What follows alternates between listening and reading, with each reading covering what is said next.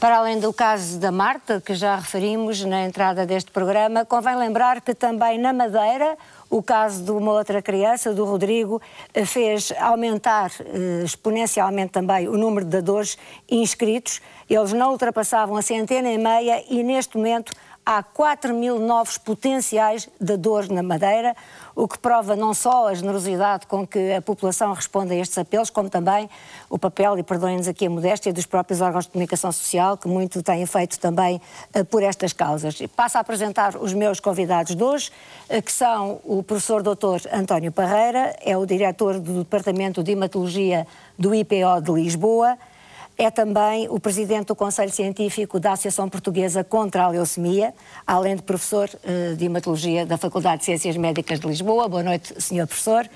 A doutora Inês Nolasco, boa noite, também.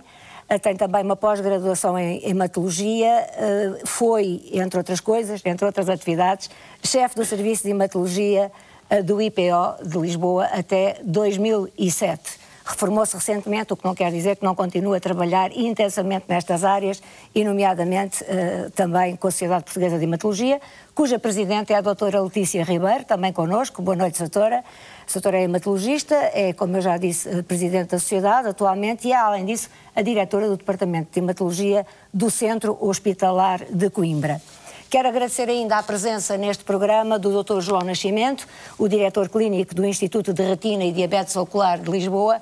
Boa noite, doutor, que vem a responder, como é hábito, a algumas das muitíssimas perguntas que nos chegaram por e-mail e por telefone acerca do tema do nosso último programa, as doenças oftalmológicas, além do Dr. Álvaro de Carvalho, como sempre a acompanhar-nos, o nosso especialista de saúde mental, especialidade que no fundo atravessa todas as questões de que aqui vamos falando ao longo das semanas. Professor António Ribeiro, esta abertura deste serviço no Hospital Longínquo, no Hospital de Vila Real, penso que corresponde à escassez, a colmatar, pelo menos naquela região, e servindo, como ouvimos o diretor dizer-nos, uma população de cerca de 450 mil pessoas, a colmatar uma grande escassez de médicos hematologistas que existe pelo país, que existe pelo menos em termos de distribuição harmoniosa, não é? É, de facto. Muito boa noite, muito obrigado pela oportunidade. Nós é que agradecemos. Nós temos, de facto, no país poucos hematologistas. Na verdade somos provavelmente cerca de 100 no país todo, o que é um número relativamente menor do que a maior parte dos países europeus. Por exemplo, a Grécia, que tem uma população idêntica a Portugal, tem cerca de 600 hematologistas. É uma diferença brutal. É uma diferença grande. Isso deve-se a um conjunto de circunstâncias que resulta essencialmente de que os centros de formação nesta especialidade estão muito centralizados. Nos 3 centros. Nos 3 IPOs? Não, nos 3 IPOs, nos hospitais universitários, quer no Porto, quer em Coimbra, quer em Lisboa. Também nos IPOs, mas não só. De qualquer das maneiras, é uma especialidade que tem tido pouco recrutamento no nosso país, por várias razões. Eu presumo que uma delas tem a ver com a dificuldade que a sua prática tem, principalmente na área da oncologia, e esse componente emocional faz com que, mesmo nos nossos programas atuais, nós tenhamos uma taxa de desistências relativamente importante comparado com outras especialidades. O senhor professor é, como eu disse, professor de Hematologia na Faculdade de Ciências Médicas. Tem já, com certeza, tenta sensibilizar os alunos para a necessidade de especialistas nesta área, mas eles mesmo lhe dizem que se sentem, enfim, menos motivados pelo facto de ser uma área cujo dia-a-dia é tão duro, certamente, mesmo não só para os doentes, como para os profissionais de saúde. Isso acontece mais durante o próprio internato, quer dizer, nós constatamos que às vezes as pessoas vão pelo entusiasmo que a especialidade constitui em si mesma, mas depois durante a formação acabam por chegar à conclusão que preferem outras áreas e temos de facto algumas desistências. E isso faz com que tenhamos de facto tido nestes últimos anos um recrutamento pequeno, muito abaixo ou claramente abaixo do novo hematologista por ano por 1 milhão de habitantes, como mínimo dos mínimos, isto pelo menos na opinião de alguns especialistas, nomeadamente de pessoas dos países escandinavos que têm talvez um trabalho mais bem organizado neste domínio nos vários países europeus. O aspecto remuneratório, o facto de a oncologia se tratar, sobretudo, e os doentes oncológicos tratarem nos grandes centros hospitalares, porque enfim, a qualidade e o conjunto de recursos de toda a espécie necessários não pode estar ao alcance de um qualquer consultório médico, não é? Isso é verdade. Torna a atividade pouco motivadora também do ponto de vista financeiro. Tem a sua importância, obviamente. Quer dizer, a especialidade de hematologia é uma especialidade essencialmente hospitalar. E, portanto, a expressão do trabalho de um hematologista no domínio da medicina privada é escassíssimo. Exato. E isso, de alguma maneira, também desmotiva algumas pessoas, para além das dificuldades do próprio exercício. Depois é uma especialidade que é muito exigente do ponto de vista da multidisciplinaridade que os hospitais têm que ter para que estes doentes sejam tratados de uma forma muito adequada, não é? Muito adequada, porque exigem muitas especialidades em conjunto e em esforço conjugado. E exigem também uma disponibilidade total. Em termos de horários. A maior parte dos nossos especialistas, principalmente da área oncológica, trabalham muitas horas por semana. Porque além do seu trabalho normal, fazem todos eles urgências para cobrir as necessidades de um serviço. Por exemplo, qualquer serviço que faça transplantação de medula óssea tem que ter uma escala de médicos permanente, que estão escalados 24 sobre 24 horas, às vezes 2 elementos para darem resposta adequada. Porque sobretudo aquelas horas, ou os primeiros dias logo a seguir a um transplante, são cruciais e críticos, não é? Exatamente.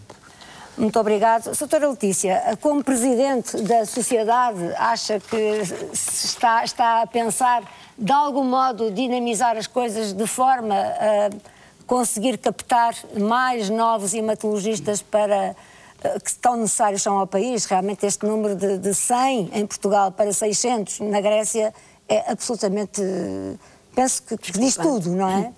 E é sobretudo como tem entrado pouca gente, há muita gente que está à beira da aposentação e, portanto, o problema é altamente preocupante. Exato.